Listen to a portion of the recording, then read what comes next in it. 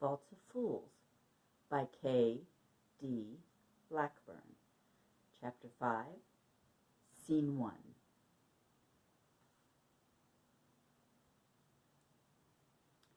His was a family of runners. When a Sizzik had a problem, all other Sizziks ran to them, nearly smothering the troubled one with their presence, and not much else. The runners sat and chatted with each other, but hardly ever to the one in extremis, a lot like mourners who never approached the body during a 3-day-long funeral home viewing. They discussed everything and anything except whatever was wrong with the loved one. Eventually, the running Sizziks would talk themselves out. They would come to the conclusion that no one knew anything more. At that point, the running would become erratic. Personal visits would dwindle to frequent phone calls to the home of the troubled Sizzik, but not necessarily to the one with the problem. Most certainly, no one ever mentioned the crisis. The behavior seemed perfectly normal to Thaddeus. It was the way Stefan and Esther behaved with their children. When one of their kids was having a baby, or was sick, or injured enough to require a trip to the hospital, the whole clan of them descended on the place. There they would mill around, chase their little kids hither and yon, and generally muck up the works until the doctor told them that everything was fine. Then they all went back home, without any of them having actually seen the hospital patient who needed to rest. Today was the first day since Helena had gotten ill that Thaddeus had opted to come straight home. The feeling of crisis was over, with him anyway. He could tell it was still raging in Anna Maria, but then she enjoyed a call to arms far more than he did. He told himself he would still run to his sisters at a moment's notice, but, by choice, he would run a bit slower.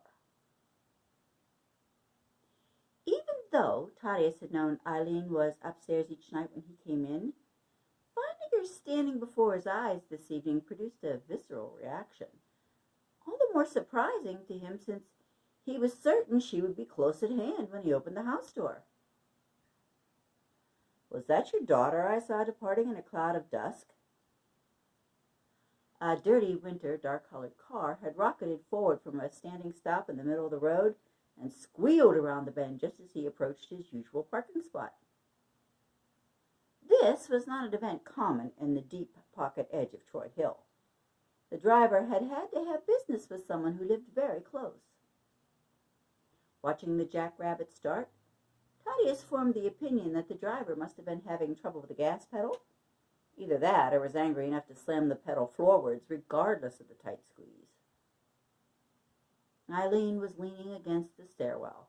Her face was an unattractive pink color, and her generous mouth was compressed into an unequally unhandsome line. "She came to beat me with her father." Unsure what that might mean, he opted to reply, "Ah." Eileen illuminated the situation by saying that Mike and his new wife were expecting a baby. Thaddeus replied with an illuminated sounding, "Ah." She continued by telling him that even though you say you don't mind, you do mind. He attempted to make his "ah" sound weighty this time. All 3 times he thought he sounded stupid.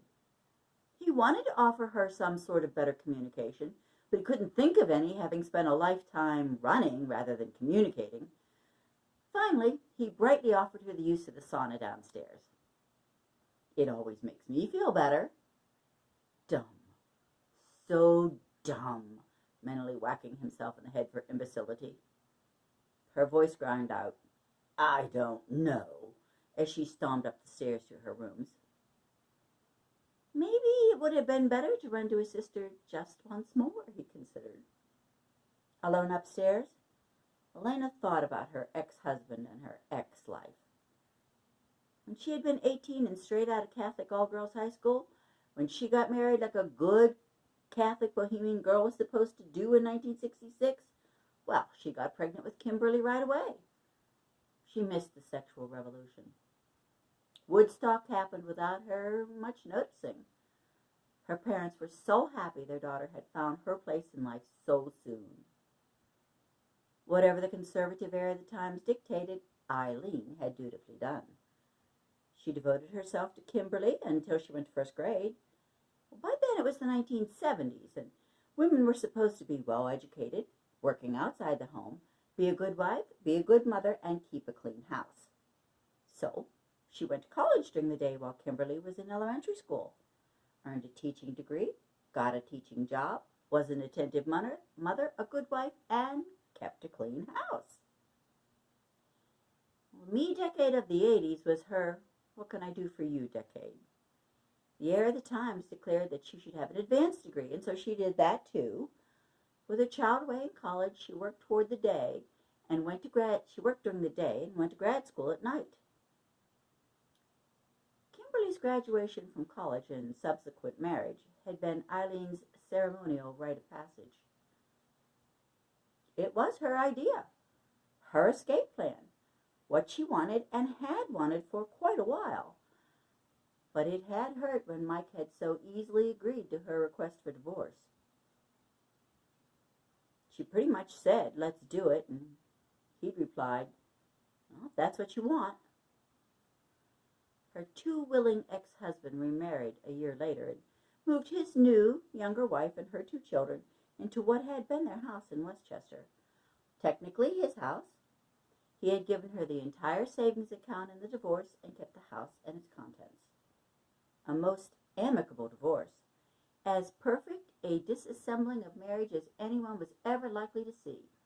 Him starting a second family, she going off on extended adventure, everyone getting what they wanted. And here she was, near her daughter and her new grandson. Everything was just perfect. Thaddeus was reading the newspaper at the kitchen table while his meal cooked to the tune of Eileen stomping from the attic to the basement, initiating the sauna, and stomping basement to attic. Out of respect for her privacy, he made a point of not looking up during the second descent. Just peeked a little, maybe. Enough to see her in a bathrobe. After he was sure she was beyond his sight line, he called out a caution. "Don't run around nude in the yard. My neighbors are old. As soon as they've seen enough of you, they'll call the police." It was a good thing he was planning on spending the next couple of hours with his sisters, he decided. Otherwise, he too might hang out the rear windows to watch her steam in the moonlight. Not that rolling in the snow to cool down was necessary here. When he'd put in the sauna, he'd had a shower installed in the basement right next to his Pittsburgh toilet, the local appellation for the porcelain convenience that often sits quite prominently in the cellars of older Pittsburgh houses. Well acquainted with the time-consuming thrice-over pattern, hot to cold method of proper sauna, and following the procedure, she was still downstairs when Thaddeus returned from his pared-down run to his sister. The water pressure at the kitchen tap let him know she was down there using the shower.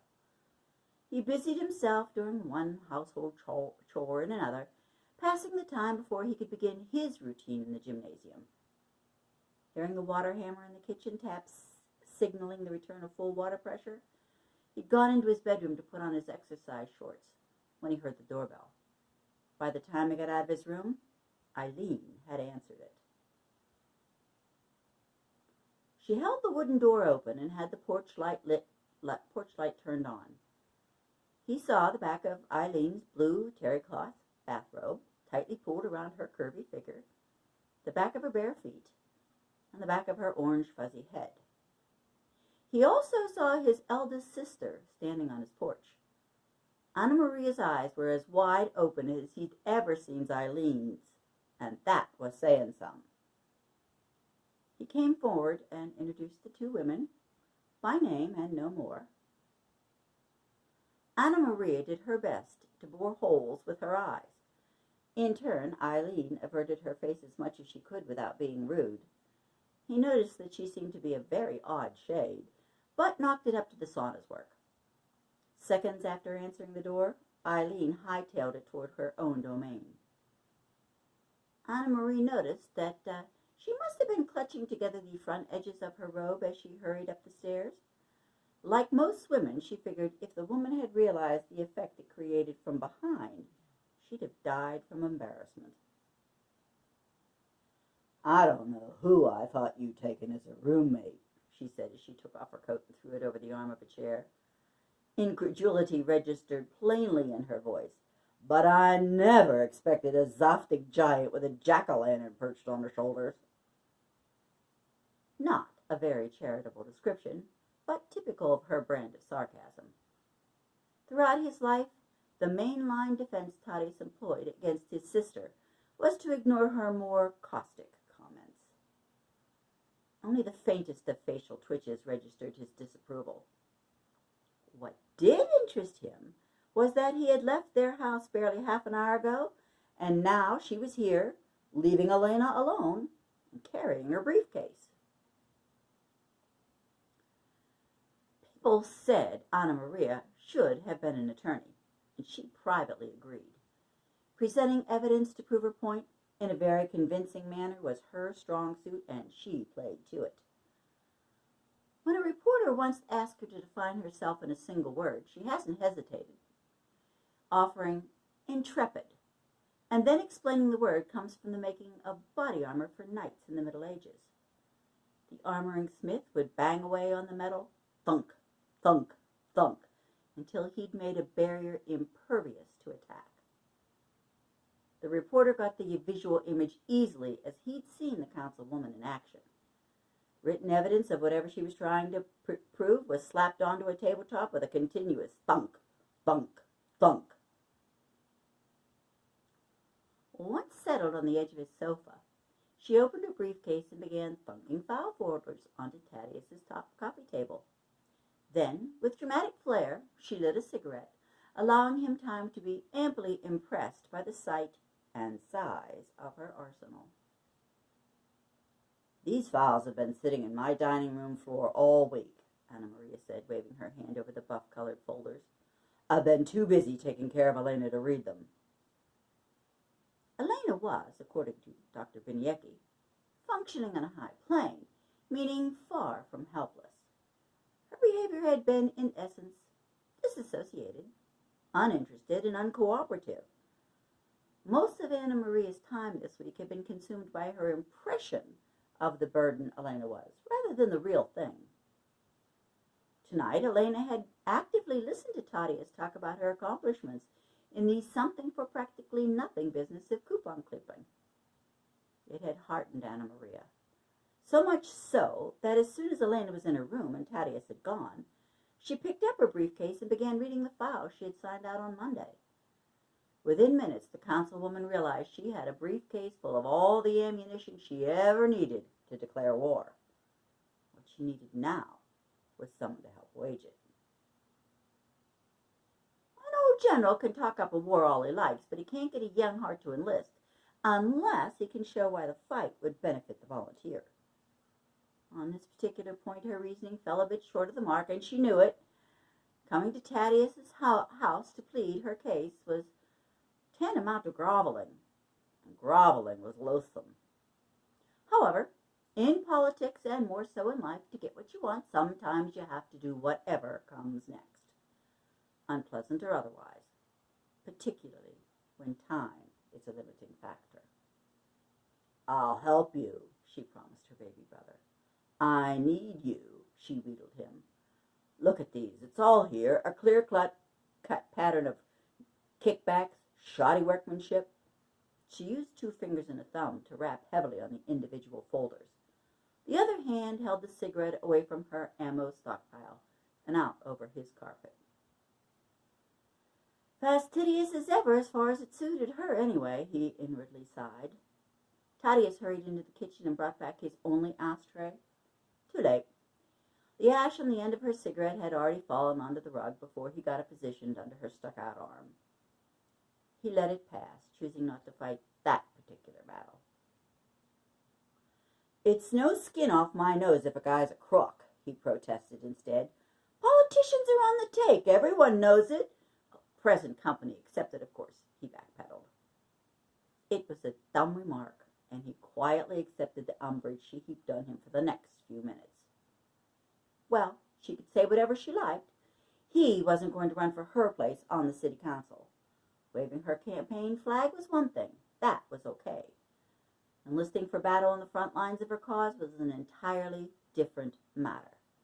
He had stated that the very first time she brought up the subject. He wasn't budging. No matter how much she tried to intimidate him, and intimidation was Anna Maria's strong suit as well. There is nothing I want to do with my life more than being exactly what I am. He was up, pacing around the furniture in his long, narrow living room. I know that disappoints you, and I'm sorry. I'm good at what I do. I'd be lousy at your job. He backed himself all the way to the opposite end of the room and was facing the night-blackened sliding glass doors. He saw it for what it was, a desperate effort to get out of her line of sight, and a failure at that. Ethereal and distorted, Anna Maria's reflection sat on the end of his sofa staring at him, files spread on the low table in front of her.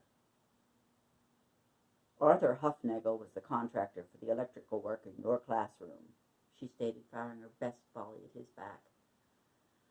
In response, he plopped down into an armchair, covering his face with his hands. For form's sake only, Tadia asks, what did she mean? In hopes of it being the coup de grace, she told him that what he didn't need to hear and hardly heard anyway. He had his own rendition of the facts. The internal instant replay drowned out Anna Maria's voice.